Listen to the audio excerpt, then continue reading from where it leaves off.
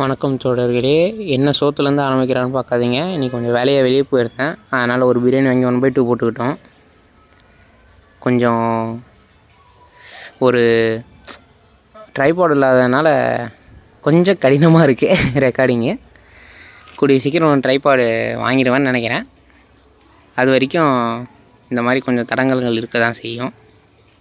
இன்றைக்கி சைக்கிளிங் போகலை, அதனால் கொஞ்சம் ஒர்க் அவுட் மட்டும் எக்ஸ்ட்ராவாக போட்டுக்கலான்ட்டு இன்னும் கடினமாக போட ஆரம்பிச்சிட்டேன். இன்றைக்கி எல்லாமே எக்ஸ்ட்ரா ஒரு செட்டு போட்டேன். கொஞ்சம் முறைத்தனமாக எக்ஸசைஸ் போட்டு தான் இருந்தேன்.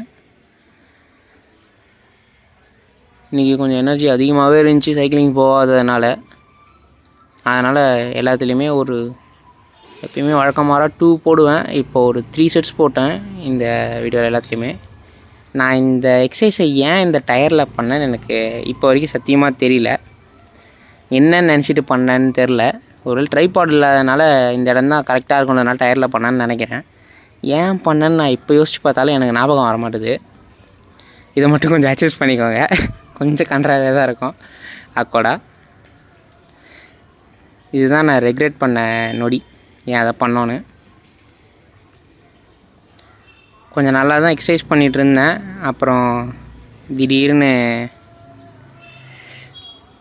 எனக்குள்ளே இருக்கிற இன்னர் ப்ரூஸ்லியும் சார்பட்ட பரம்பரையும் வெளியே வந்துடுச்சு.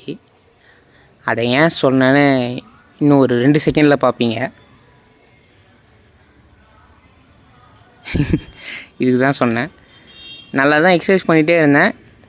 திடீர்னு ஏன்னு தெரில, இந்த மாதிரி பைத்தியக்காரத்தனமாக பண்ண ஆரம்பிச்சிட்டேன். ஆனால் இதுவும் கொஞ்சம் ஜாலியாக தான் இருந்துச்சு. ஏதோ இன்ஸ்டாகிராமில் பார்த்தேன்னு நினைக்கிறேன், கொஞ்சம் டிஃபென்ஸ் மூவ்ஸு, பேசிக் அட்டாக் மூவ்ஸுன்ற மாதிரி உடனே திடீர்னு தோணுச்சு. அதை பண்ண ஆரம்பிச்சிட்டேன். ஒரு 4-5 தடவை அதை பண்ணிகிட்டு இருந்தேன். அதை பண்ணிட்டு திருப்பி ஒர்க் அவுட்டுக்கு போக ஆரம்பிச்சிட்டேன். மோஸ்ட்டாக இன்றைக்கி கார்டியோஸ் தான் போட்டேன். சைக்கிளிங் பண்ணலன்றதுனால அதை போட்டுட்டு நான் அதை முடிச்சுக்கிட்டேன். என்னால் முடியும்னா உங்களால் முடியும். பாபா டாடா.